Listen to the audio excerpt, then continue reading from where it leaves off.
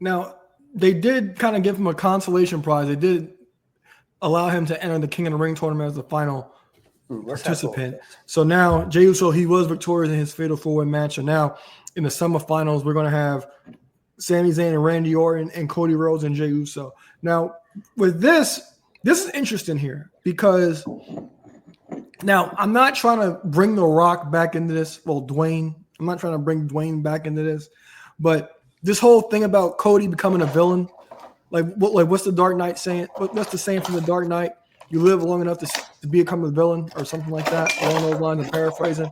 But for Cody has to go through all his boys to become King of the Ring, and I think that's really interesting here because Cody has to face Jay, and then I'm pretty sure Randy Orton is going to beat Sami Zayn because we have not gotten a Cody Rhodes versus Randy Orton match since Cody's been back. So I'm pretty sure that's going to happen. And Randy already said, no matter what I got to do to get to John, I love you like a brother, but I'll kick your head off if I have to. So I'm looking forward to that. But the fact that Cody kind of has to go through his brethren is a real interesting thing to me. What do you think about that? It is. It makes it more intriguing, makes it more exciting. And again, because I'm thinking long term, I do see Cody being the one at the end of that line for Cena, and he's going to be the one to take the title back. So I see that being the way it happens, and it just builds a strong story for him. And where do you think Jay goes from after this? Because there's rumors that they're going to put him and Jimmy back together. I'd love to see him in the IC title picture, and it's a weird thing where he's at. Like, obviously, I could see that. I love him as a singles competitor. What do you do? What do you do with Jimmy? But at the same time, there's so many. I mean, we talk about the tournament. Like you brought up, like Jay being thrusted into that like blind spot for the tournament.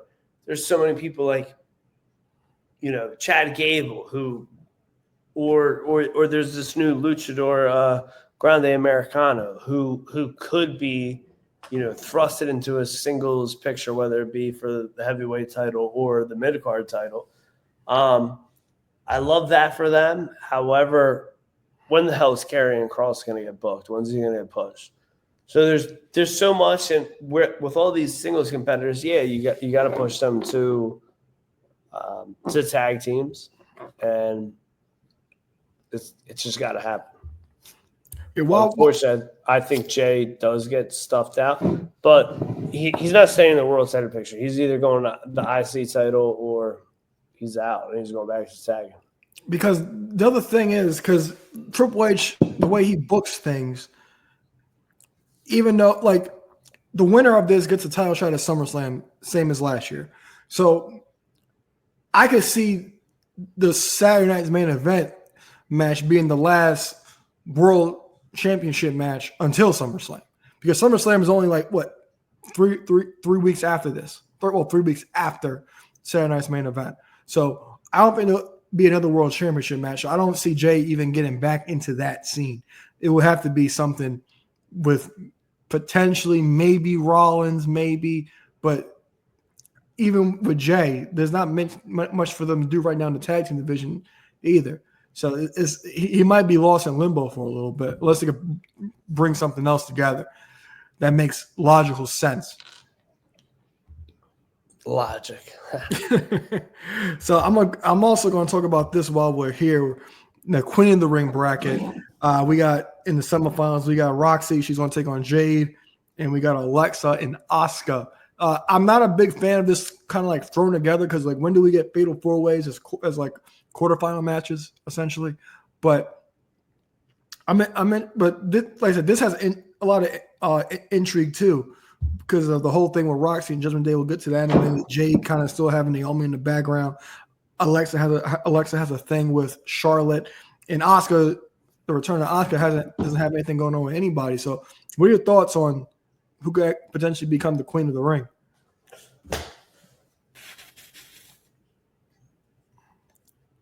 Asuka versus Io.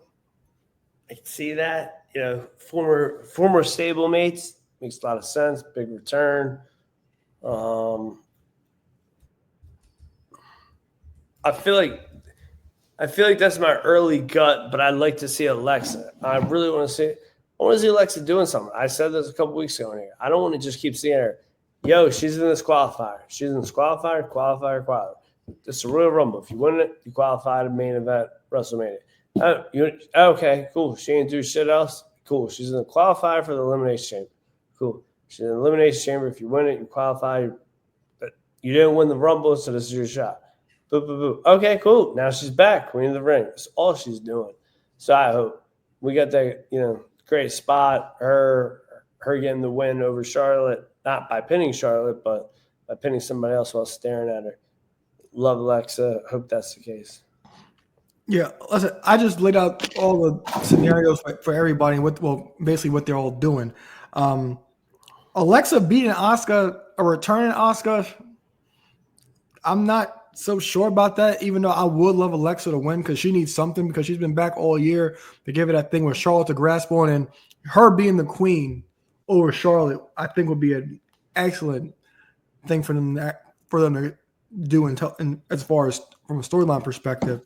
Also, I can make the same argument for Roxy, what's going on with the Judgment Day. But if I had to make an early prediction, I'm going to probably go with